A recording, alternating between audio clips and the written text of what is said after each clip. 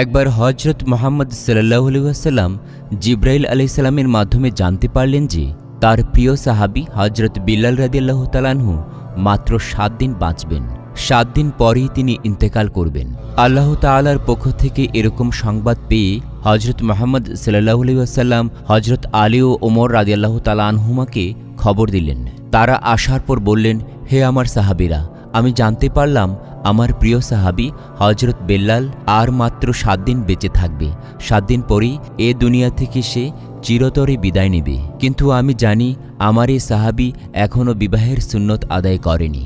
তাই তোমরা যাও, মদিনার প্রতিটি ঘরে ঘরে খুঁজে দেখো আমার এই প্রিয় সাহাবীর সাথে কোনো মেয়ের পিতা তার কন্যাকে বিবাহ দিতে সম্মত কিনা।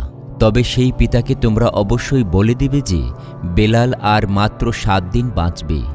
রাসূল সাল্লাল্লাহু আলাইহি ওয়াসাল্লামের এই নির্দেশ পাওয়ার পর হজরত আলী রাদিয়াল্লাহু তাআলা আনহু ও হজরত ওমর রাদিয়াল্লাহু তাআলা আনহু হজরত বিলাল রাদিয়াল্লাহু তাআলা আনহু এর জন্য পাত্রী খোঁজার উদ্দেশ্যে বের হয়ে পড়লেন।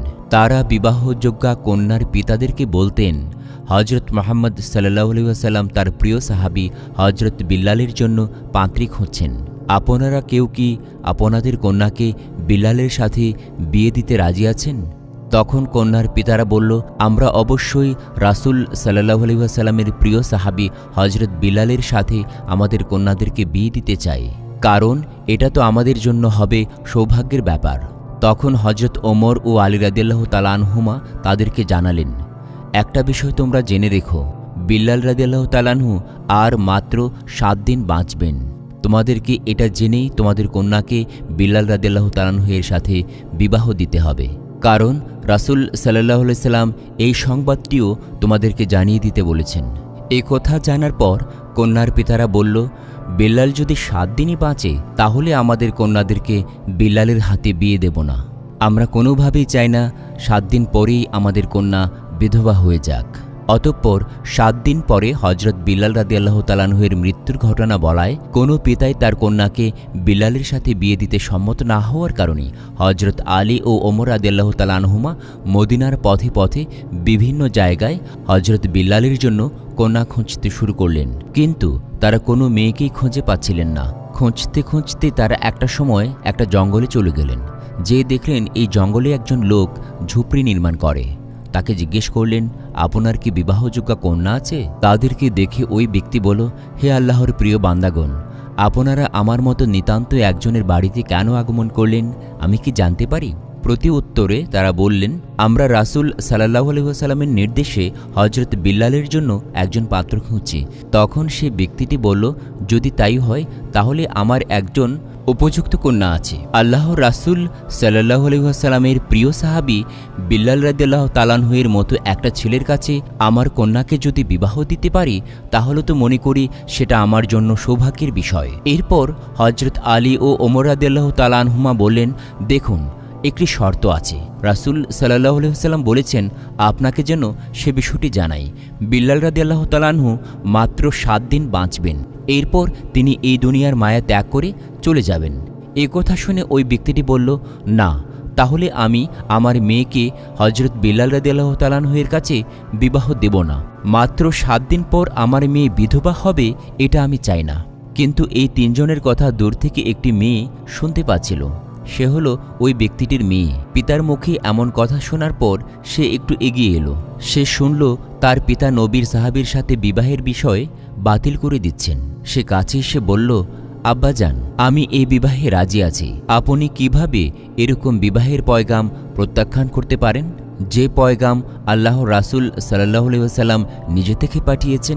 আব্বাজান, আমার জীবনে যত কষ্টই আসুক না কেন রাসূল সাল্লাল্লাহু আলাইহি সাল্লামের এই নির্দেশ আমি পালন করতে চাই।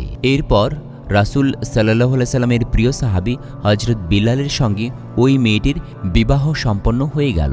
হজরত বিল্লাল রাদিয়াল্লাহু তাআলা আনহু তার নববধূকে বললেন, প্রিয় স্ত্রী, তোমার কাছে আমি জানতে চাই, আমি আর মাত্র 7 দিন বাঁচব এই পৃথিবীতে।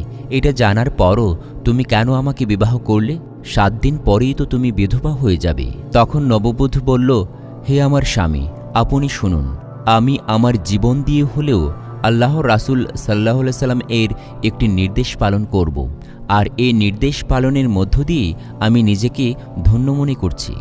আর আপনার মতো আল্লাহর নবীর একজন প্রিয় সাহাবীকে স্বামী হিসেবে পাওয়া যে কোনো মেয়ের জন্যই আমি মনে করি পরম সৌভাগ্যের বিষয়। আমি না হয় সেটা হলাম, আলহামদুলিল্লাহ। হজরত বিল্লাল রাদিয়াল্লাহু তাআলা আনহু যেদিন ইন্তেকাল করবেন সেদিন তার বিবিকে বললেন, বিবি, আজ রাতেই আমি ইন্তেকাল করব। ইন্তেকালের পূর্বে আমার মনে হচ্ছে আমি কিছু রুটি খাবো, অতএব তুমি প্রতিবেশীর বাড়ি থেকে কিছু আটা এনে আমার জন্য রুটি তৈরি করো। হজরত বিল্লাল রাদিয়াল্লাহু তাআলা আনহু-এর কথা মতো তাঁর স্ত্রী মোট 7টি রুটি তৈরি করলেন এবং রুটিগুলো হজরত বিল্লাল রাদিয়াল্লাহু তাআলা আনহু-এর সামনে রাখলেন। এমন সময় ঘরের বাহিরে একজন ভিক্ষুক ডাক দিয়ে বলল, হে বাড়ির কর্তা, আমি কয়েকদিন যাবৎ কিছু ভক্ষণ করিনি, আমি প্রচণ্ড ক্ষুধার্ত, দয়া করে আমাকে কিছু খাবার ভিক্ষাদান করুন। বিল্লাল রাদিয়াল্লাহু তাআলা আনহু যখন দেখলেন তার দরজার মুখে এরকম ক্ষুধার্ত ভিক্ষুক, তিনি মৃত্যুর আগে শেষ ইচ্ছাটা পূরণ না করে সেই ভিক্ষুককে রুটিগুলো দিয়ে দিলেন। সেই ভিক্ষুক হজরত বিল্লাল রাদিয়াল্লাহু তাআলা আনহু-এর ঘরের সামনেই সেই রুটিগুলো ভক্ষণ করতে শুরু করল। যখনই হজরত বিল্লাল রাদিয়াল্লাহু তাআলা আনহু-এর জান কবজের সময় হয়ে গেল, তখনই মালাকুল মউত হজরত আজরাইল আলাইহিস সালাম উপস্থিত হলেন। আজরাইল আলাইহিস সালাম যখন ঘরে ঢুকতে যাবেন, তখন দেখলেন ঘরের দরজার বাহিরে একজন ফকির পথ আটকে বসে আছে। আজরাইল আলাইহিস সালাম বললেন, হে ফকির, তুমি এভাবে ঘরে ঢোকার পথ আটকে আছো কেন? আমাকে ঘরে প্রবেশ করতে দাও। আল্লাহ রাব্বুল আলামিন আমাকে আদেশ করেছেন আমি যেন বিল্লালের জান কবজ করে নিয়ে যাই।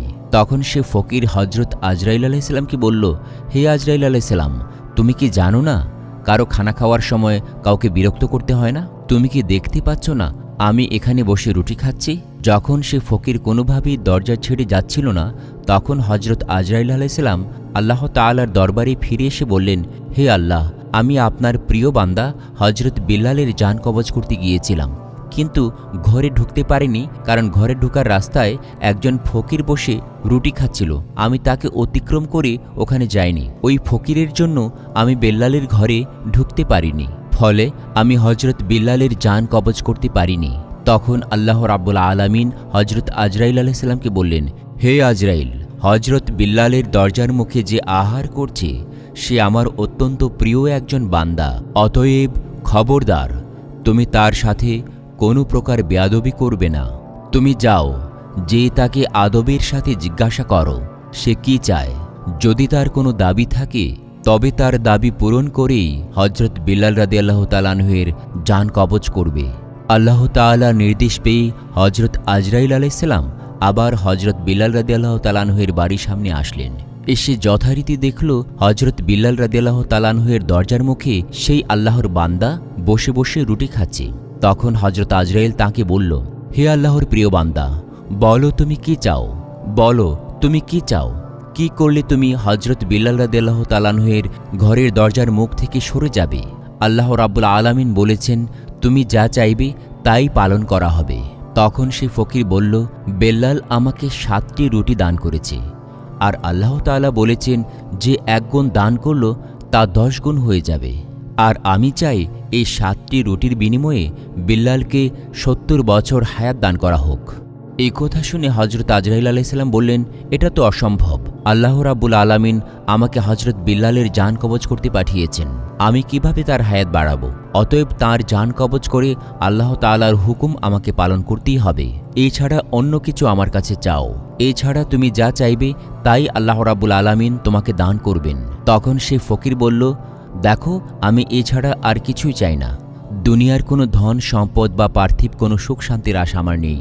আমি চাই রাসূল সাল্লাল্লাহু আলাইহি সাল্লামের প্রিয় সাহাবী হজরত বিল্লালের হায়াত 70 বছর পর্যন্ত বৃদ্ধি করে দেয়া হোক। তখন আজরাইল আলাইহিস সালাম বললেন, তোমার এ দাবি আমি কোনোভাবেই পালন করতে পারবো না। আল্লাহ তাআলা হজরত বিল্লালের জান কবজ করার জন্য আমাকে পাঠিয়েছেন, অতএব আমাকে তার জান কবজ করতেই হবে। তখন সে ফকির বলল, আজরাইল, আল্লাহ তাআলা পারেন না এমন কোনো কাজ নেই।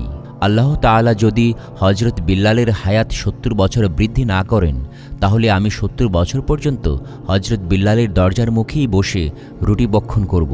এভাবে তুমি হজরত বিল্লালের ঘরেও প্রবেশ করতে পারবে না, আর তার জানও কবজ করতে পারবে না, কারণ আমি এখান থেকে সরব না।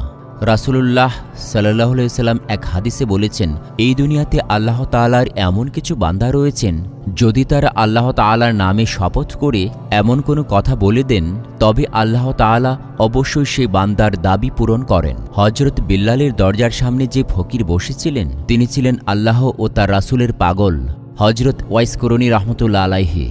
হযরত ওয়াইস করনী রাহমাতুল্লাহ